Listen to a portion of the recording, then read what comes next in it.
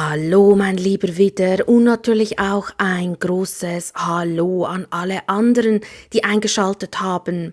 Lieber Widder, heute mit einer Spezialkartenlegung, und zwar schauen wir uns heute den Aszendenten an im Sternzeichen Widder. Genau heute geht es wirklich um den Aszendenten. Und warum schauen wir uns den Aszendenten an? Der Aszendenten zeigt dir deinen inneren Seelenplan, deinen inneren Seelenweg, deine inneren Aufgaben. Es gibt den äußeren Seelenplan und es gibt eben den inneren Seelenplan. Und der Aszendent gehört eben zu den inneren Themen. Zum Beispiel zu den äußeren Themen oder zu äußeren Lebensaufgaben gehört zum Beispiel auch das Thema Berufung finden. Also Berufung finden gehört auch zu unseren Lebensaufgaben, aber es gehört zu den äußeren Aufgaben. Und heute fokussieren wir uns wirklich auf deinen inneren Seelenweg. Was ist zurzeit wichtig für dich zu wissen, um dieser Aufgabe auch gerecht zu werden? Wo darfst du hinschauen? Wo sind vielleicht mögliche Blockaden da? Lieber Widder, wie immer, denk dran, das ist eine allgemeine Legung, das heißt, nicht jede Botschaft wird wahrscheinlich für dich sein. Ist auch völlig in Ordnung. Nimm bitte nur das an, was zu dir gehört, und biege nichts zurecht. Ja, lieber Widder, bist du bereit? Dann schauen wir doch gerne mal rein. Lieber Widder, dein Seelenweg, deine inneren Aufgaben. Was solltest du wissen? Was brauchst du vielleicht zurzeit? Musst du vielleicht sogar hören? Was könnte dich unterstützen? Liebe Widder, was könnte dich unterstützen? Wir haben hier zweimal das Stopp, hier haben wir noch eins. Nein, dreimal, Okay, nehmen wir dreimal das Stopp. Wir haben Verbundenheit, Heilung von Körper, Geist und Seele und Klarheit und Organisation. Sehr, sehr spannend. Also hier, die Karten fordern dich auf, lieber Widder, dass du in die innere Klarheit gehst. Das heißt, dass du mal ein bisschen aufräumst, und zwar nicht nur im Außen, sondern in dir drinnen. Das heißt, dass du deine Gedanken ordnest, vielleicht auch mal in die Stille gehst, dir auch erlaubst, dir Zeit zu nehmen, um Dinge gefühlstechnisch vielleicht so auch so ein bisschen auszusortieren. Das heißt jetzt nicht, dass du ins Zerdenken gehen sollst. Das heißt einfach, dass du dir jetzt mal Zeit nimmst, um nach innen zu gehen. Passt eigentlich ziemlich gut, weil Pluto ist ja zurzeit rückläufig. Und Pluto ist ja so ein bisschen diese Energie, vor allem bei Rückläufigkeit, wo uns dazu einlädt, mal nach innen zu schauen, weil dann kann es sein, dass du vielleicht plötzlich Themen entdeckst, die vielleicht gar nicht mehr zu deinem Weg gehören. Und hier geht es wirklich auch so ein bisschen vielleicht auch um Planung, aber aus dem Inneren heraus, also nicht nur aus dem Kopf, aus der Logik her. Ich sehe auch, dass du dich wieder mehr mit dir selbst verbinden sollst oder auch vielleicht mit Dingen verbinden sollst, die dir wirklich Freude bereiten. Wann hast du das letzte Mal etwas gemacht, was dir wirklich Freude bereitet, was dir gut tut? Zum Beispiel malen oder Musik hören, also bewusst Musik hören oder spazieren gehen in den Wald, an den See, was auch immer. Wann hast du das letzte Mal so etwas bewusst für dich getan und dich damit auch verbunden, also das wirklich wahrgenommen? Verbinde dich vielleicht auch mehr mit Menschen, die dir gut tun, die dir so ein bisschen diese Schöpferenergie geben, weil wieder im Aszendenten ist eine ganz starke Schöpferenergie. Also du hast eine starke Aufgabe, weil wieder ist auch in der Astrologie der Anfang ist das Symbol für den Urknall, damit etwas entstehen kann. Und wenn das unterdrückt wird, diese Energie von etwas hinausbringen in die Welt, mein wahres Ich, den Selbstausdruck in die Welt hinausbringen, kann sich das auf unterschiedliche Weise auch zeigen, wie in Form von Antriebslosigkeit. Das ist dann immer ein Zeichen, dass du deine innere Kraft, dein inneres Ich nicht nach außen bringst. Oder manchmal kann sich das auch zeigen, dass man Probleme mit dem Gewicht hat. Das ist auch so typisch. Oder auch innerliche Entzündungen, oder dass man wie innerlich verbrennt oder Sodbrennen. Natürlich auch immer zum Arzt gehen. Denk dran, ich spreche immer nur aus der energetischen Sicht, aus der spirituellen Sicht.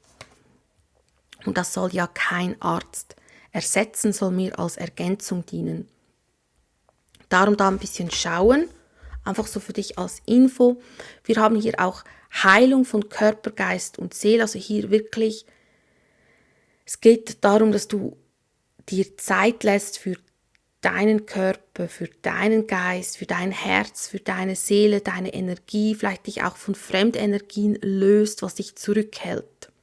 Also je nachdem, was du natürlich sonst noch für Platzierungen hast oder was du für ein Sternzeichen bist, kann natürlich auch die Wiederenergie unterdrückt werden. Das merkt man dann eben auch oft in Form von das Gefühl haben von innerer Gefangenschaft zum Beispiel. Oder man kann nicht das rausbringen, wie man möchte, oder man hat das Gefühl, man kommt in eine Art Energie von Zerstörung. Das kann es manchmal auch so zeigen, also ganz unterschiedlich.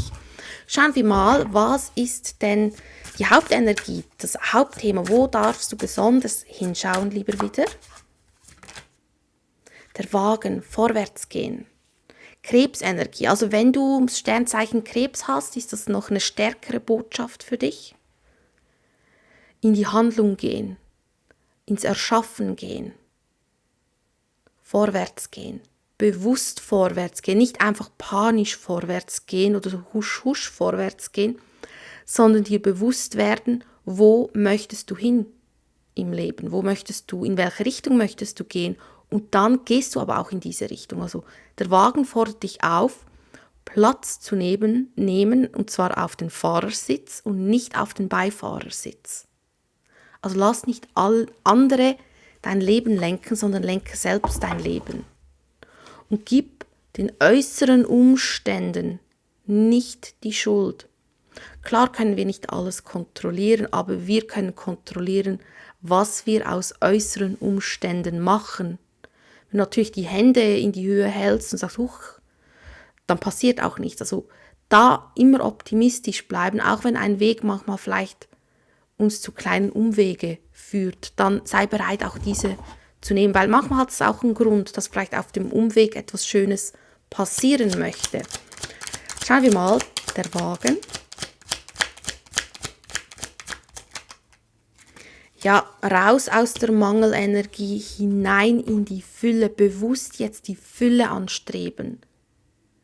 Raus aus, wenn du merkst, dass du so ein bisschen in dieser Opferenergie bist oder in dieser alles ist doof Energie, raus da. Wirklich Fokus auf das Schöne. Und wenn du sagst, ich kann das Schöne nicht greifen, dann mach dich auf den Weg, um das Schöne zu suchen. Dich bereit zu machen, das Schöne zu empfangen. Also raus aus Mangelenergie. Das heißt auch raus aus Beziehungen, die dir nur Mangel und Sorgen schenken. Raus aus Situationen, die dir nicht gut tun. Schauen wir mal, was ist denn momentan die größte Blockade für deinen Seelenweg? Wo darfst du hinschauen? Bube der Schwerter, irgendein Aszendent hatte das auch. Ich weiß aber nicht mehr wer. War es Fische? Ich bin nicht mehr sicher. Bube der Schwerter als Blockade. Kann sein, dass du zu lange auf etwas wartest, was aber nie kommen wird.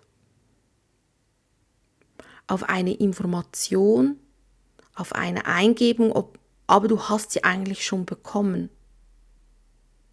Das heißt, du hast eigentlich die Information schon bekommen. Akzeptiere sie. Du hast schon deine Eingebung bekommen. Akzeptiere sie. Also warte nicht unendlich auf Informationen, weil das ist entweder eine Sabotage, Selbstsabotage, dass man nicht losgehen muss, weil man Angst hat, oder eben auch fehlende Akzeptanz der Umstände. Also hier kreuzen Informationen deinen Weg oder sie haben schon deinen Weg gekreuzt. Nimm sie wahr und akzeptiere sie. Warte nicht ewig damit damit etwas anderes noch vielleicht doch noch kommt, oder? Das ist wie, wenn du jetzt vielleicht in einer Beziehung oder du bist am Daten und dann sagt dein Gegenüber, hey, ich habe mich entschieden, ich möchte keine Beziehung, aber ich finde es schön mit dir, wir können uns weiterhin treffen. Und dann denkst du, ja, oh, ich will aber unbedingt eine Beziehung, ich bin so verliebt. Ich treffe mich weiterhin mit ihm oder mit ihr und vielleicht verliebt sich diese Person. Und dann wartest und dann sprichst du es vielleicht wieder an und die Person sagt, nein, ich habe dir schon gesagt, ich will keine Beziehung. Und dann wartest du wieder und hoffst, dass die Information sich ändert, das ist fehlende Akzeptanz.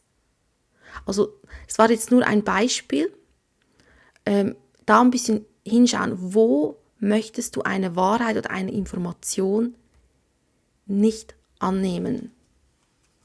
Weil das blockiert deinen Weg, um vorwärts zu kommen, sehe ich. Und dann frag dich, warum blockierst du? Ist es fehlende Akzeptanz oder ist es einfach Angst, weiterzuziehen? Oder ist es beides? Warum Bube der Schwerter? Ja, Angst. Oder nach der Wahrheit zu suchen, Angst, die Wahrheit zu finden. Das kann natürlich auch sein, oder dass du vielleicht merkst, dass da etwas im Busch ist, dass da was nicht gut ist, aber du machst wie die Augen zu. Du möchtest die Antwort nicht haben, aber eigentlich musst du sie haben und akzeptieren, um vorwärts zu gehen. Schauen wir mal lieber wieder, was kommt sonst noch, was zurzeit wichtig ist für dich zu wissen, wo du hinschauen darfst. Oh, sehr gute Karten. Also wenn du dich getraust, vorwärts zu gehen, erwartet dich Großes, sehr Großes. Wow, richtig, richtig gut. Also ich glaube, wenn du wirklich in die Energie der Akzeptanz gehst und dich getraust, aktiv aus der Mangelenergie zu bewegen, rauszukommen, erwartet dich hier ein ganz großer Neuanfang. Es kann aber sein, dass du den Neuanfang ein bisschen über Umwege angehen musst. Also das heißt, hier ganz fest offen bleiben über Umwege, offen bleiben bezüglich Kompromisse. Also nicht stur an einer Vorstellung, wie ein Weg oder wie eine Chance ausschauen soll, festhalten. Weil ich sehe hier auch Chance. Kann sein, dass vielleicht dein innerer Seelenplan auch ganz stark mit dem Thema, je nachdem, was du sonst noch für Platzierungen hast, dass ein Thema vielleicht eben mit Berufung leben, also dass deine äußeren Aufgaben und die inneren Aufgaben stärker vielleicht miteinander verwoben sind, als jetzt vielleicht bei anderen. Das heißt, eventuell, also falls du merkst, dass das Thema Beruf dich immer wieder verfolgt, könnte es wirklich auch zu deinen inneren Themen gehören, Aufgaben, dass du lernst, dich von Dingen zu befreien, dass du lernst, mehr in Richtung Fülle zu gehen, weil ich sehe hier mit 9 der Münzen eben Freiheit, die Energie der Freiheit, Unabhängigkeit und hier eben Chance auch für vielleicht sein eigenes Ding machen oder einfach für Transformation, also wirklich das Thema Verwirklichung liegt hier ganz stark da, muss nicht beruflich sein, kann. Also hier wirklich eine ganz starke Befreiungsenergie, schauen wir mal. Warum der Narr? Wieder. Die Welt, ja. Es kann sein, dass der Neuanfang auch im Ausland ist oder an einem anderen Ort, vor allem weil wir noch den Wagen haben. Oder es geht einfach symbolisch darum, einen Ort oder eine Situation zu verlassen und erst dann bekommst du den Neuanfang. Die Mäßigkeit. 2 der Kelche, wow. Also hier fügt sich was über Umwege. Sei bereit, Umwege zu gehen. Natürlich einfach, wenn es für dich authentisch anfühlt. Weil ich sehe, hier fügt sich was über Umwege. Etwas kommt zusammen über Umwege. 9 der Münzen, ja, ich sehe auch hier Stabilität. Weil du bewusst vielleicht einen anderen Weg einschlägst oder vielleicht auch einen Umweg gehst oder was auch immer. Ich sehe auch, dass sich hier eine Klarheit zeigt. Das heißt, du bekommst hier eine Art Weckruf oder Aha-Moment, kann auch ein Zeichen sein. Und ich sehe auch mit dem Turm vor allem, was ganz spannend ist, dass sich hier zeigt, was hält nicht, was ist vorbei. Vielleicht eine Verbindung, aber es ist etwas, was dir nicht gut tut. Also hier keine Angst, aber es bestätigt dir wie. Eigentlich etwas, was du schon weißt, habe ich das Gefühl. Es ist etwas, was du schon weißt, was dir nicht gut tut, wird dir nochmals bestätigt, damit du noch mehr im Vertrauen bist, um eben diese Energie des Wagens so ein bisschen anzugehen. Also falls du ein Luftzeichen bist oder eben Krebsenergie, kann es sein, dass du die Themen etwas stärker fühlst als die anderen. Schauen wir mal, lieber Widder, was ist denn der Rat? Der aktuelle Rat, weil es ist ja nur eine Momentaufnahme. Die Herrscherin, verwurzle dich, Erdung, sei geduldig und nähre das, was dir wirklich wichtig ist. Aber das ist schon manchmal ein bisschen ein Problem. Wir neigen dazu, dass wir sehr viel Zeit und Energie investieren in die Dinge, die uns nicht gut tun. Und das fängt aber schon auch bei der Schulzeit an, oder? Worauf fokussieren sich die Lehrer? Auf die Dinge, die man nicht kann, anstatt auch auf die Dinge, die man eben gut kann. Also eben die Dinge, die man gut kann, die werden wie untergraben von den Dingen, die man eben vielleicht nicht so gut kann.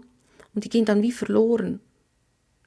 Und das zieht sich auch über unser ganzes Leben, oder? Diese Gewohnheit, dass wir Dinge, die uns Freude bereiten, die wir vielleicht auch gut können, dass wir denen gar nicht mehr so viel Raum geben. Und hier entscheide bewusster, wo du deine Energie investierst. Investiere wirklich in das, was dich erblühen lässt. Nicht, was dich schmerzen lässt, sondern das, was dich erblühen lässt. Was liegt im Schatten? Wo solltest du viel, viel mehr den Fokus halten? Wo hast du viel zu wenig den Fokus? Erkenne mehr Sabotagen, Glaubenssätze. Erkenne auch mehr Lügen. Nimm Lügen besser wahr, vor allem die Selbstlüge. Was erzählst du dir als Ausrede? Der Hohepriester deutet auch darauf hin, dass hier Weisheit und Erfahrungen nicht genutzt werden, die du schon hast. Und dass sie einfach in deinem Inneren verstauben. Also hier so ein bisschen schauen, dass du deine Weisheit, deine Erfahrungen, die du bis jetzt in deinem Leben gemacht hast, dass du sie auch hervorholst in deinem Tagesbewusstsein, dass du sie anwenden kannst. Nimm das mehr hervor und wende es auch aktiv an, weil es ist eigentlich da. Ja, lieber Widder, das waren die Karten. Ich wünsche dir alles Liebe und alles Gute und bis zum nächsten Mal. Ciao.